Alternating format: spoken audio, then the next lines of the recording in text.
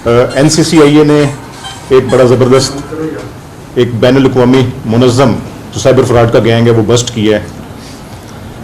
ये फ्रॉड जो cyber crime का जो गैंग है ये मुख्तलिफ सफारत खानों की शनाख्त इस्तेमाल करके सादा लोग पाकिस्तानियों को और बैनुल-अक़वामी जो शहरी हैं उनके साथ फ्रॉड में मुलव्वस था।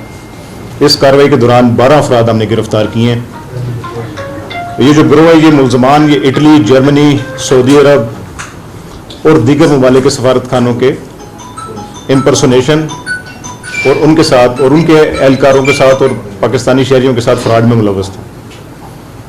ये गैंग आपको बताता चलूँ कि ये fake Google business profiles, fishing emails, fake websites और दीगर नौइयत के सरकारी दस्तावेजात के जरिए शहरियों को धोखा देता था। मुलज़मान जदीद टेक्नोलॉजी के जरिए सफारत खाने के नंबरों को अपने नंबरों के साथ मुंसलिक किया हुआ था। वहाँ पे डाइवर्शन लगवा के जो कॉल्स उन सफारत खानों को जानी थी वो इनकी टेलीफोन नंबर्स में मसूल होती थी। इसी तरीके से इन्होंने सफारत खानों से मिलती जुलती वेबसाइट्स बनाई हुई थी जिस पे अपने व्हाट्सएप नंबर इंस्टॉल किए हुए थे जिसके ज़रिए लोगों का इस्तेसाल किया जाता था और फेक सफारत खाने के एहलकार बन के उनके साथ फ्रॉड में किया जाता था। इस कार्रवाई के दौरान हमने बेशतर मोबाइल डिवाइसेस, दीगर devices, fake Google business profiles, fishing apps, fake appointment letters, PTCL का रिकॉर्ड और दीगर अहम डिजिटल शवाहिद जो है वो कब्जे में लिए हैं। अब तक की जो इब्तदाई तहकीकात हैं उसमें यह सामने आया कि 2019 से ये गैंग फाल था। और आपको ये भी बताते जाएं कि ये इस सिलसिले में इस हवाले से एक बहुत बड़ी कार्रवाई है कि मुख्तलिफ एम्बेसीज ने ऑफिशियली भी NCCI को अप्रोच किया था कि इस तरह का एक गैंग मुतहरक है पाकिस्तान में जो शहरियों के साथ लूट मार में मुलव्वस है। NCCI इसकी भरपूर इनकी तहकीकात कर रही है और जो इनके दीगर साथी हैं उनकी गिरफ्तारी के लिए भी छापे जारी हैं। ये एक बड़ा ज़बरदस्त हमने कदम NCCI की कामयाबी है जिसमें एक ऐसे गिरोह को हमने बस्ट किया है जिसके ताने बाने और जिनका शिकार ना सिर्फ पाकिस्तानी शहरी थे बल्कि बैनुल-अक़वामी शहरी भी थे। तो इंशाअल्लाह ताला हमारी जो है ये मीडिया आपकी वसातत से ये शहरियों से दरख्वास्त है कि जब हमने इनके मोडस ऑपरेंडी का पता किया तो इसमें हमें ये चीज़ नुमाया सामने आई है कि जब कभी भी जो आपने एम्बेसी को अप्रोच करना है तो उनके ऑफिशियल नंबर पे अप्रोच करें और अगर आपको ऑफिशियल नंबर से कोई जवाब मसूल नहीं हो रहा तो इन पर्सन आप जाके अप्रोच करें। इस तरह के तमाम नकाल से होशियार रहें। और ये एक कामयाबी मैं समझता हूँ चूँकि पाकिस्तान में मोर देन 10 मिलियन एक्सपेट्रिएट्स हैं उस हवाले से ये एक बड़ी नुमाया कामयाबी है जिसमें हमने एक मेजर गैंग को बस्ट किया है जो बाहर जाने ख्वाहिशमंद अफराद जिनकी स्पाउसेस बाहर हैं जो वीज़ा लगवाना चाहते हैं या दीगर किसी और वजह से एम्बेसीज में जाना चाहते थे उनके साथ लूट मार में मुलव्वस था और कुछ उससे कम भी होंगे। तमाम मुल्ज़मान इस वक्त रिमांड पे हैं। ये NCCI गुजरांवाला ने कार्रवाई की है उसमें हमने तमाम मुल्ज़मान आपके सामने पेश नहीं किए। तमाम के तमाम इस वक्त रिमांड पे हैं। उनसे रिकवरी का अमल भी जारी है। हम मुख्तलिफ एम्बेसीज के साथ हम राब्ते में भी हैं। हमने उन्हें ऑफिशियल जो है वो इंटीमेशन भी दी है ताकि उनके पास जो शवाहिद हैं वो हमारे से शेयर करें। अभी हम उनसे एक इंग्लिश ड्राफ्ट भी शेयर करेंगे। और इसी सिलसिले में मैं आपको एक और बात बताते चलूँ कि ये ना सिर्फ ये एम्बेसी उस तरह फ्रॉड में मुलव्वस थे बल्कि इन्होंने मुख्तलिफ ज़बानों पर अबूर रखने वाले बंदे भी रखे हुए थे। इस हवाले से सिंगापुर पुलिस की एक यूनिफॉर्म भी बरामद हुई है जिसमें ये सिंगापुर के जो ख्वाहिशमंद वहाँ पे जाने वाले अफराद थे उनसे सिंगापुर वहाँ पे जो लैंग्वेज बोली जाती है उसी लैंग्वेज में बात करके वही माहौल क्रिएट करके एक फेक एम्बेसीज इन्होंने बनाई हुई थी। तो ये सारा इस हवाले से गैंग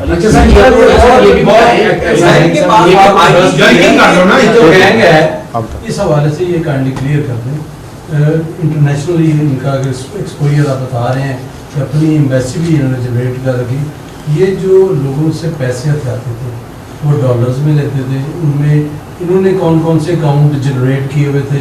आया हमारे लोकल बैंक जो अकाउंट उसमें है या कोई इनकी अपनी कोई इसमें कोई बिटकॉइन मैं आपको बताता हूँ। बिल्कुल बड़ा अहम सवाल है।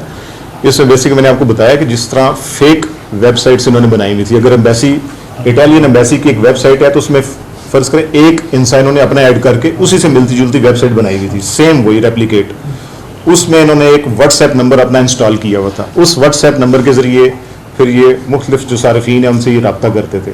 अगर किसी को शक हो जाता था तो फिर इटालियन एम्बेसी का जो ओरिजिनल नंबर है उसकी स्पूफिंग की हुई थी इन्होंने, उस नंबर से कॉल आ जाती थी। फिर ये जो पैसे हैं ये मुख्तलिफ तरीक़ों से मंगाते थे, ये जायज़ कैश के ज़रिए भी मंगाते थे, जो लोकल जो पाकिस्तानी बैंक अकाउंट्स हैं उनमें ये मंगाते थे, कोई किसी फॉरेन अकाउंट वगैरह में ये पैसे नहीं मंगाते थे, ना ही बिटकॉइन में। ज़ाहिर है जो एम्बेसी का एक SOP है वो उस तरह से नहीं है, जिसको उस प्रोसेस को पूरा रेप्लिकेट अच्छा, करते ये थे। तो हमें बता दी, क्या काम अभी तक इन्हें सर्विसेज क्या फराहम कर रहे थे? क्या जाली वीजा देते थे, नौकरियां देते थे, डिग्रियां देते थे?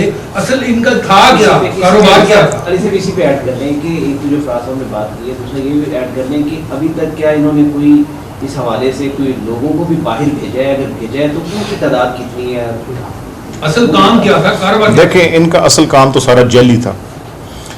इनका काम था कि जिस तरह अगर किसी की शादी हुई है बैरून मुल्क और किसी खतून ने जो है वो खामन के पास बाहर जाना है, उसने वीज़ा अप्लाई की है, उससे ये रब्ता करने के बाद उससे ये पैसे मंगवा लेते थे।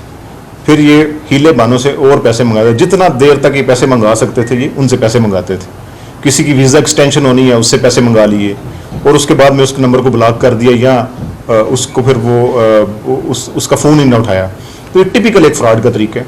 और कुछ हमारे पास ऐसे डॉक्यूमेंट्स भी मौजूद हैं जिसमें उन्होंने जेली वीज़े बना के, आपको पता है ये वीज़ा का एक वो पैटर्न है पूरा, उसी तरह का एक जेली वीज़ा बना के आजकल चैट GPT और मुख्तलिफ इस तरह की जो टूल्स मौजूद हैं जिससे वो जेली वीज़ा जनरेट करके वो भिजवा देते। एक फैमिली से एक जो है वो मुल्क का पूरा उनको जेली नेशनलिटी दी हुई थी और उसके उस ज़मन में फिर उनसे मज़ीद पैसे तकाजे कर थे। इस तरह की चीज़ें निकली हैं। अच्छा अली भाई ये बताएं कि 2019 से आपने बताया कि ये फ्रॉड कर रही है, उस दौरान ये कितनी बार पकड़े जा चुके हैं और कितने अब तक लोगों से ये फ्रॉड कर चुके हैं? एक ये सवाल का बताइए। फर्स्ट टाइम एक ये सवाल सर बताइएगा। दूसरा ये बताइएगा जो सिंगापुर पुलिस ने भी NCCI को बड़ा अप्रिशिएट किया, वो तो आप बता रहे हैं, वो भी ज़रा डिटेल से बताएं। जी बहुत बहुत शुक्रिया। ये बड़ा इम्पोर्टेंट एक जो मैटर है जो उन्होंने हाईलाइट किया।